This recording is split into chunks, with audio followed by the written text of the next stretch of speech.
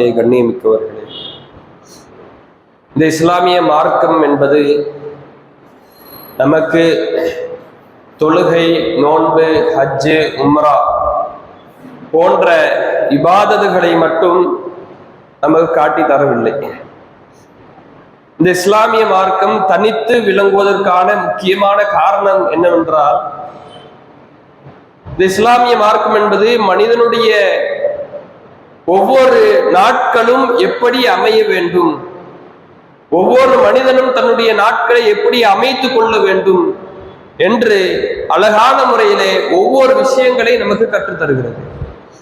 காலையில எழுந்ததிலிருந்து இரவு தூங்குகிற வரையிலும் ஒவ்வொரு மனிதர்களும் என்ன செய்ய வேண்டும், எதை செய்யக்கூடாது என்பதை அழகான முறையில் இந்த இஸ்லாமிய மார்க்கம் கற்றுத்தருகிற அந்த காரணத்திற்காக தான் இந்த உலகத்தில் இந்த இஸ்லாமிய மார்க்கம் தனித்து நிற்கிறது.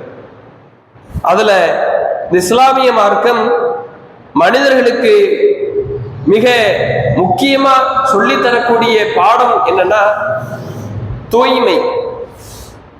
தூய்மையை கடைபிடிப்பதற்கு இந்த இஸ்லாமிய மார்க்கம் நமக்கு அதிகமாக வலியுறுத்துகிறது. எந்த அளவுக்கு என்றால், அல்லாஹ்வுடைய தூதர் முஹம்மது நபி ஸல்லல்லாஹு அலைஹி வஸல்லம் அவர்கள் கூறினார்கள், அத்துஹூரு ஷத்ருல் ஈமான். தூய்மை என்பது ஈமானினுடைய பாதி பங்காக இருக்கிறது. பொதுவா ஈமான் என்ன? அல்லாஹ்வை நம்புறது, மறுமை நாளை நம்புறது, தூதரை நம்புறது, வானவர்களை நம்புறதுன்னு சொல்லி ஒரு நீண்ட நெடிய பட்டியல் இருக்கும். ஒரு மூமினாக நாம் முழுமையாக மாற வேண்டும் என்றால் அதற்கு பல படித்தரங்கள் இருக்குது. அல்லாஹ்வுடைய தூதர் அவர்கள் சொல்கிறார்கள், எல்லா படித்தரங்களை வைத்து பார்க்கும் பொழுது அதுல பாதி படித்தரத்தை இந்த தூய்மை பிடித்திருக்கிறது. தூய்மை என்பது ஈமானுடைய பாதியாக இருக்குது அப்படின்னு சொல்லி அல்லாஹ்வுடைய தூதர் அவர்கள் சொல்லுகிறார்கள். அப்ப யோசிச்சு பாருங்க, தூய்மையை நாம் கடைபிடித்தால் பாதி ஈமானை நம்மால் அடைய முடியும் என்றால், அதே தூய்மை நம்மிடத்தில் இல்லைனா, தூய்மை நம்மிடத்தில் இருந்ததுன்னா பாதி ஈமான நம்மிடத்தில் இருக்கிறது என்ற அர்த்தம். அதே தூய்மை நம்மிடத்தில் இல்லைனா அந்த பாதி ஈமான் நம்மிடத்தில் இல்லை என்று அர்த்தம். அப்ப இந்த இஸ்லாமிய மார்க்கத்தில் அல்லாஹ்வுடைய தூதர் அவர்களும் ஒவ்வொரு காரியத்திலும் ஒவ்வொரு சம்பவங்கள்ல நமக்கு ஏராளமான விஷயங்கள்ல சொல்லக்கூடிய முக்கியமான விஷயம் இந்த தூய்மையை கடைபிடிக்கிறது. எப்படி இந்த தூய்மை எந்த அளவிற்கு இந்த மார்க்கத்துல வலியுறுத்தப்படுதுன்னா, நாம தொழக்கூடிய தொழுகை இருக்குல்ல, நாம் தொழக்கூடிய தொழுகை நாம தூய்மையாக இருந்தால் மட்டும்தான் அந்த தொழுகை ஏற்றுக்கொள்ளப்படும். அல்லாஹ்வுடைய தூதர்கள் சொல்கிறார்கள், லா துக்பலு ஸலாத்துன் பிகைரி துஹூர். தூய்மை இல்லாமல் தொழுகை ஏற்றுக்கொள்ளப்படாது. தூய்மை இல்லைனா நாம எத்தனை ரகாத்துகள் தொழுதாலும், எவ்வளவு நேரம் தொழுதாலும், எவ்வளவு தொழுகைகளை தொழுதாலும் அந்த தொழுகை அல்லாஹ்விடத்தில் ஏற்றுக்கொள்ளப்படாது. பொதுவா தூய்மையை நம்ம 3 வகையா பிரிக்கலாம். உள தூய்மை, நீயத் இருக்குல்ல, நல்ல எண்ணங்கள், அந்த நல்ல எண்ணம் ஒண்ணு, அது உள தூய்மை. 2வது நம்ம உடல் தூய்மை, நாம உடலை சுத்தமா வச்சுக்கணும், நாம அணிகிற ஆடை தூய்மையா இருக்கணும், இது 2வது வகை. 3வது நாம இருக்கிற வசிக்கிற இட தூய்மை. இது இப்படி 3 விஷயங்கள் இருக்கு. இப்ப நீங்க தொழுகை எடுத்து பார்த்தீங்கன்னா, தொழுகைக்கு இந்த 3 தூய்மையும் கண்டிப்பாக இருக்கணும். உள தூய்மை இருந்தால்தான் தொழுகை ஏற்றுக்கொள்ளப்படும். உளு என்கிற உடல் தூய்மை இருந்தால்தான் தொழுகை ஏற்றுக்கொள்ளப்படும். அதே மாதிரி நாம தொழுகிற இடம், அந்த இடம் தூய்மையாக இருக்கணும். இப்படி 3 தூய்மையும் ஒன்றாக சேர்ந்தால் மட்டும்தான் நாம் தொழுகிற தொழுகை ஏற்றுக்கொள்ளப்படும். பொதுவாக இந்த இஸ்லாமிய மார்க்கத்துல நாம செய்யக்கூடிய ஒவ்வொரு விஷயங்களுக்கும் உலகத்துல சில பயன்கள் இருக்கும், மறுமையில பல பலன்கள் இருக்கும். அதே மாதிரி இந்த உழு செய்யற விஷயத்தை எடுத்துக்கோங்களேன். உழு செய்யறத பாத்தீங்கன்னா, உழு செய்யும் பொழுது நாம என்னென்ன உறுப்புகளை நாம கழுவுறோமோ அந்த உறுப்புகளின் மூலமாக நாம செய்த பாவங்கள் எல்லாம் அப்படியே தண்ணீரோடு தண்ணீராக ஓடி செல்லுது. நம்ம கைகளை கழுவும் பொழுது கையால் செய்த பாவங்கள் அப்படி தண்ணீரோடு சேர்ந்து செல்கிறது. அப்ப நம்முடைய பாவங்கள் இந்த உழுவின் மூலமாக மன்னிக்கப்படுகிறது. அதே மாதிரி இந்த உலகத்தை எடுத்து பாருங்க. ஒரு 6 வருஷத்துக்கு முன்னாடி கொரோனா என்ற தொற்று இருந்ததா இல்லையா? அந்த நேரத்துல மருத்துவர்கள் எல்லா மனிதர்கள்ட்ட சொன்ன முக்கிய குறிப்புகள் என்ன? முக்கியமா இதெல்லாம் நீங்க கடைபிடிக்கணும், வீட்டுக்குள்ள போகும்போது இதை நீங்க கண்டிப்பா செஞ்சுக்கிட்டு தான் போகணும் அப்படின்னு சொன்ன விஷயங்கள்லாம் என்ன சொல்லுங்க பார்ப்போம். என்னெல்லாம் சொன்னாங்க? கொரோனா இருக்கும்போது இதெல்லாம் நீங்க கண்டிப்பா கடைபிடிக்கணும்னு சொல்லி என்னெல்லாம் சொன்னாங்க? கைகளை கழுவுறது, வேற கால்களை கழுவுறது, அதே மாதிரி முகத்தை கழுவுறது, இப்படி சில விஷயங்களை சொன்னாங்களா இல்லையா? அதெல்லாம் எடுத்து பாருங்க. நாம உழு செய்யறதை எடுத்து பாருங்க. கைகளை கழுவுறோமா இல்லையா? முகத்தை கழுவுறோமா இல்லையா? வாய் கொப்பளிக்கிறோமா இல்லையா? மூக்குல இருக்கக்கூடிய அசுத்தத்தை நீக்கிறோமா இல்லையா? தலைக்கு மசாஜ் செய்யறோம், காலை கழுவுறோம். அப்போ இதெல்லாம் கை, காலு, முகம் இதெல்லாம் வெளிப்படையாக இருக்கக்கூடிய உறுப்புகள். அதிகமா அசுத்தமாகக்கூடிய அழுக்குகள் படியக்கூடிய கிருமிகள் தோற்றக்கூடிய ஒரு பகுதி தான் என்னது? கை, முகம், கால் இதெல்லாம். அப்ப இந்த கொரோனா என்கிற நோய் வரும் பொழுது மருத்துவர்கள் சொன்ன விஷயமோ என்னது? நீங்க கைகளை கழுவிட்டு கால்களை கழுவிட்டு வீட்டுக்குள்ள போங்க. அதுதானே இஸ்லாமிய மார்க்கமா சொல்றது. ஒவ்வொரு நேர தொழுகையின் பொழுதும் நீ கை கால்களை கழுவிட்டு தொழுகைக்கு போங்க. எதுக்கு? தூய்மை. அதிகமாக உழவு செய்யறதுக்கு இஸ்லாமிய மார்க்கம் வலியுறுத்துகிறது. காரணம் தூய்மை. இப்படி ஒவ்வொரு விஷயத்திலையும் தூய்மையை கடைபிடிப்பதற்கு அல்லாஹும் அல்லாஹ்வுடைய தூதரவர்களும் நமக்கு அதிகமாக வலியுறுத்துகிறார்கள். அதே மாதிரி அல்லாஹ்வுடைய தூதர் அவங்களுடைய ஒவ்வொரு நாளினுடைய அவருடைய வாழ்க்கை முறையை எடுத்து பாருங்க. ஒவ்வொரு நாட்களை எப்படி அமைத்து கொண்டாங்க தெரியுமா? பொதுவாக அல்லாஹ்வுடைய தூதர் அவங்க காலையில எழுந்தாங்கன்னு என்ன பண்ணுவாங்க? பல் துலக்குவாங்க. அதுல நமக்கு ஒரு விஷயத்த முக்கியமா சொல்றாங்க.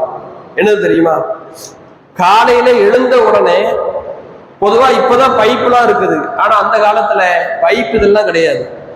நாம உழு செய்யறதா இருந்ததுன்னா பெரிய பாத்திரம் தான் இருக்கும். அந்த பாத்திரத்துல கையை உள்ள விட்டுதான் என்ன செய்யணும்? உழு செய்யணும். அப்படிதான் அந்த காலத்துல இருந்தது. இப்பதான் பைப் இதெல்லாம் வந்திருக்கு. இப்ப அல்லாஹ்வுடைய தூதர் அவர்கள் சொல்லக்கூடிய முக்கியமான விஷயம், நீங்க காலையில எழுந்த உடனே முதல்ல கைகளை தனியே கழுவிக்கணும். அந்த பாத்திரத்துக்குள்ள கைகளை விட வேண்டாம். உங்க ஏதாவது பாத்திரம், சின்ன பாத்திரம் ஏதாவது இருந்துச்சுன்னா அதன் மூலமா முதல்ல கைகளை கழுவிட்டு அதுக்கப்புறம் பாத்திரத்துல கையை விடுங்க. அதுக்கு காரணம் என்ன தெரியுமா சொல்றாங்க?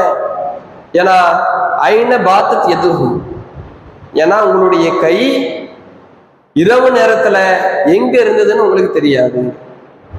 நாம இரவுல அசந்து தூங்குவோம், என்ன நடக்குதுன்னு நமக்கு தெரியாது.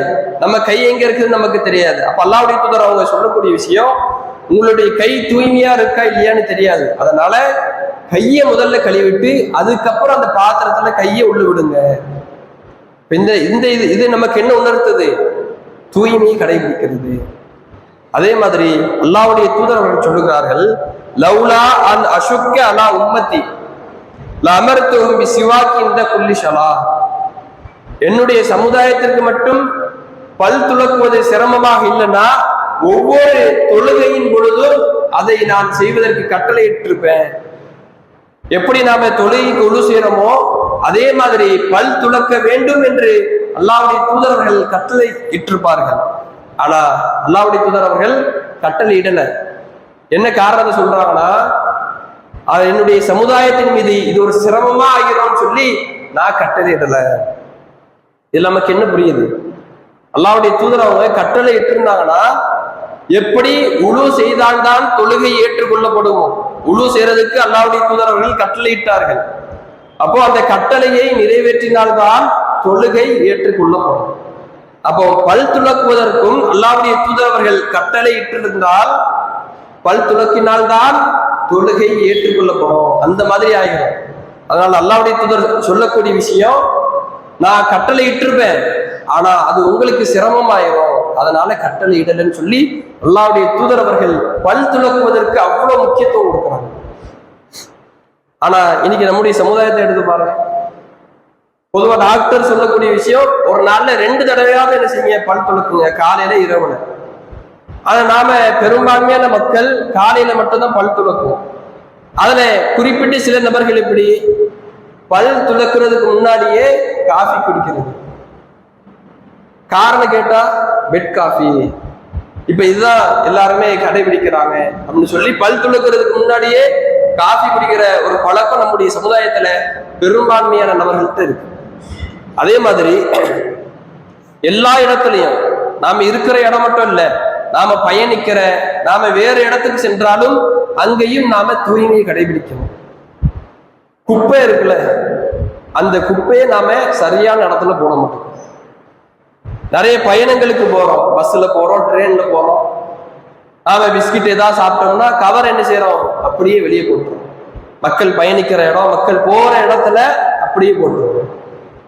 அதுவும் குறிப்பா சொல்ல போனோம்னா உமிழ்றது, துப்புறது, பஸ்ல போகும்போது ட்ரெயின்ல போகும்போது என்ன பிறருக்கு என்ன பாதிப்பு வரும்னு யோசிக்காம நம்மள பலர் ஜன்னல் வழியா துப்புறோம்.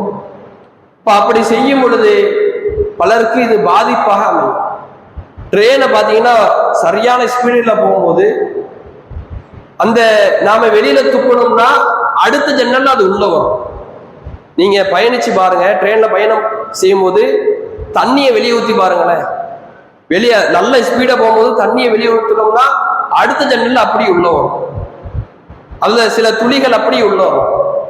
அந்த நேரத்துல நம்ம துப்பணும்னா அது என்ன ஆகும், அடுத்த சீட்ல இருக்கக்கூடியவர்களுக்கு அது பாதிப்பு ஏற்படுத்தும். நம்ம இங்க துப்புவோம், பார்த்தா அந்த காத்தினுடைய வேகத்துல அப்படி அடுத்த சீட்ல அவங்க மேல தெரிக்கும். பஸ்ல துப்புவோம், கீழே வண்டியில யாராவது போனாங்கன்னா அவங்க மேல என்ன செய்ய போனோம். அப்ப இதெல்லாம் நாம கணக்குல கொண்டு கவனிச்சு நாம தூய்மையை கடைபிடிக்கணும். ஒரு விஷயத்த நாம செய்யறோம்னா அதுல பிறருக்கு ஏதாவது பாதிப்பு ஏற்படுதான்னு நம்ம நல்லா யோசிக்கணும். ஏன்னா பிறருக்கு பாதிப்பு ஏற்பட்டுச்சுன்னா அது நமக்கு பாவமாக கருதப்படும், பாவத்தை கொண்டு சேர்க்கும். அல்லாஹ்வுடைய தூதர் அவர்கள் சொல்கிறார்கள், சாபத்திற்குரிய 2 விஷயங்கள் இருக்குது, அந்த 2 விஷயங்களை விட்டு நீங்க அஞ்சு இருந்து கொள்ளுங்கள் அப்படின்னு சொல்றாங்க. அதுல அப்போ நபி தோழர்கள்லாம் கேட்கிறாங்க, அது 2 விஷயம் என்னன்னு கேட்கும்போது அல்லாஹ்வுடைய தூதர்கள் சொல்லுகிறார்கள், முதலாவது விஷயம், பாதையில மக்கள் பயணிக்கிற பாதையில மலம் ஜலம் கழிக்காதீங்க. 2வது என்னதுன்னா, மக்கள் நிழலுக்காக ஒதுங்குற இடத்துல, ஒரு ரோட்ல நம்ம பயணிக்கும் பொழுது ஏதோ ஒரு இடத்துல மட்டும் ஒதுங்குறதுக்குன்னு ஒரு இடம் இருக்கும். அது பஸ் ஸ்டாண்டா இருக்கலாம், இல்லது ஒரு மரத்தினுடைய நிழலா இருக்கலாம். அப்ப அந்த இடத்துல என்ன செய்யக்கூடாது, அங்கேயும் மலம் ஜலம் கழிக்க கூடாதுன்னு சொல்லி அல்லாஹ்வுடைய தூதர்கள் சொன்னார்கள். இந்த 2மே என்னது, சாபத்தை ஏற்படுத்தக்கூடிய விஷயங்கள். இந்த 2 விஷயங்களை விட்டு அஞ்சு இருந்து கொள்ளுங்கள் அப்படின்னு சொல்லி அல்லாஹ்வுடைய தூதர் சொல்றாங்க. இதனுடைய அடிப்படை நோக்கத்தை எடுத்து பாருங்க. ஏன் அல்லாஹ்வுடைய தூதர்கள் அப்படி சொன்னாங்க? ஏன்னா அந்த 2 விஷயமுமே மக்களுக்கு பாதிப்பு தருது. அந்த 2 விஷயத்தின் மூலமாக மக்கள் பாதிப்பு அடைகிற காரணத்தினால அந்த 2 விஷயத்தையும் அல்லாஹ்வுடைய தூதர் அவர்கள் தடை செய்தார்கள். இந்த அடிப்படையை வச்சுதான் நாம ஒவ்வொரு விஷயத்தையும் யோசிச்சு பார்க்கணும். நாம உமிழ்வதாக இருந்தாலும், குப்பையை போடுவதாக இருந்தாலும், எதுனாலும் மக்களுக்கு அது பாதிப்பு தருமோ, மக்கள் அதன் மூலமாக பாதிக்கப்படுவாங்களா, அதை நாம நல்லா யோசிச்சுதான் நாம ஒவ்வொரு செயலும் செய்யணும். அதே மாதிரி நாம அணிகிற ஆடைகள், நாம இருக்கிற இடங்கள், இது எல்லாத்தையுமே தூய்மையா வச்சுக்கணும். ஏன்னா அல்லாஹ்வுடைய தூதர்கள் சொல்கிறார்கள், இன்னல் முஃமின லா யன்ஜுசு, ஒரு மூமின் அசுத்தமாக இருக்க விரும்ப மாட்டான், மூமினுக்கு அசுத்தம் பிடிக்காது அப்படின்னு சொல்லி அல்லாஹ்வுடைய தூதர்கள் சொல்லுகிறார்கள். அப்ப நாம உண்மையாக ஒரு மூமினாக இருந்தால் நாம அசுத்தத்தை வெறுக்கணும், எப்போதும் தூய்மையை கடைபிடிக்கக்கூடியவர்களாக இருக்கணும். ஏன்னா இந்த தூய்மையை கடைபிடிக்காதது காரணமாக நாம மறுமை நாள்ல தண்டிக்கப்படுவதற்கான வாய்ப்புகளும் இருக்கு. ஒரு முறை அல்லாஹ்வுடைய தூதர் அவங்க என்ன செய்யறாங்க, 2 கபறுகளை கடந்து போறாங்க. அவன் இந்த 2 கபறுகளை கடந்து போகும் பொழுது அந்த சஹாபாக்கள்கிட்ட சொல்றாங்க, இன்னஹுமா யுஅஸபானி, இந்த 2 கபர்ல இருக்கக்கூடியவர்களும் தண்டிக்கப்பட்டு கொண்டு இருக்கிறார்கள். வமா யுஅஸபானி ஃபி கபீர், ஏதோ பெரிய விஷயத்துக்காக பெரிய காரியத்தை செஞ்சதுக்காக அவர்கள் தண்டிக்கப்படல. அதுல ஒருத்தர் என்ன செஞ்சாருன்னா, சிறுநீர் கழிக்கும் பொழுது சரியாக தூய்மை செய்யல, மறைக்கல, அதனால தண்டிக்கப்படுகிறார் அல்லாஹ்வுடைய தூதர்கள் சொல்கிறார்.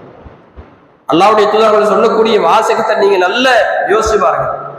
ரெண்டு பேருமே தண்டிக்கப்படுறாங்க. அதுக்கு அடுத்து அல்லாஹ்வுடைய தூதர் என்ன சொல்றாங்க? ஏதோ பெரிய விஷயத்துக்காக, சிறுக்கு வைத்ததற்காக, இணை வைத்ததற்காக, விதத் செய்ததற்காக தண்டிக்கப்படல. ஏதோ பெரிய பெரிய காரியத்துக்காக தண்டிக்கப்படல. சிறுநீர் கழிச்சுட்டு ஒழுங்கா தூய்மை செய்யல, அதனால தண்டிக்கப்படுகிறார் அப்படின்னு சொல்லி அல்லாஹ்வுடைய தூதர் அவர்கள் சொன்னார்.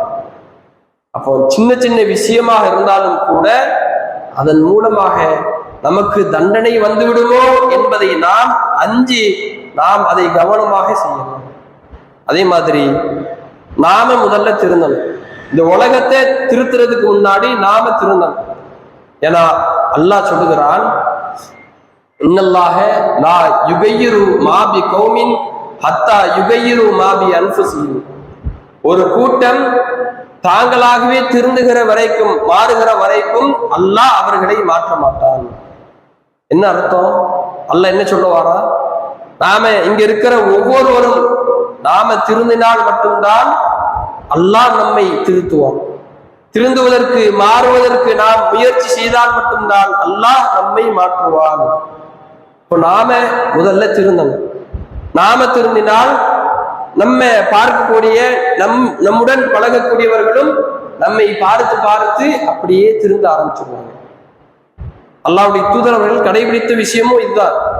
அல்லாஹ்வுடைய தூதரவர்கள் சரியாக இருந்தார்கள். அல்லாஹ்வுடைய தூதரவர்களை பார்த்து பார்த்து நபித்தோழர்களும் சரியாக மாறினார்கள். அதே மாதிரிதான் நாம சரியாக இருந்தோம்னா நம்மோடு பழகக்கூடியவர்கள் நம்மை பார்த்து பார்த்து அவர்களும் மாறுவார்கள். இப்போ நாம முதல்ல என்ன செய்யணும்? தூய்மையை சரிவர கடைபிடிக்கணும். இந்த தூய்மை தான் பல நோய்களில் இருந்து நம்மை காப்பாற்றும். அதே மாதிரி இந்த மார்க்க ரீதியா பார்த்தோம்னா தூய்மை நமக்கு ஒரு முழுமையான ஈமானை கொடுக்கும். மூமினாக நாம் இருந்தோம்னா தூய்மையை நிச்சயமாக நாம கடைபிடிக்கணும்.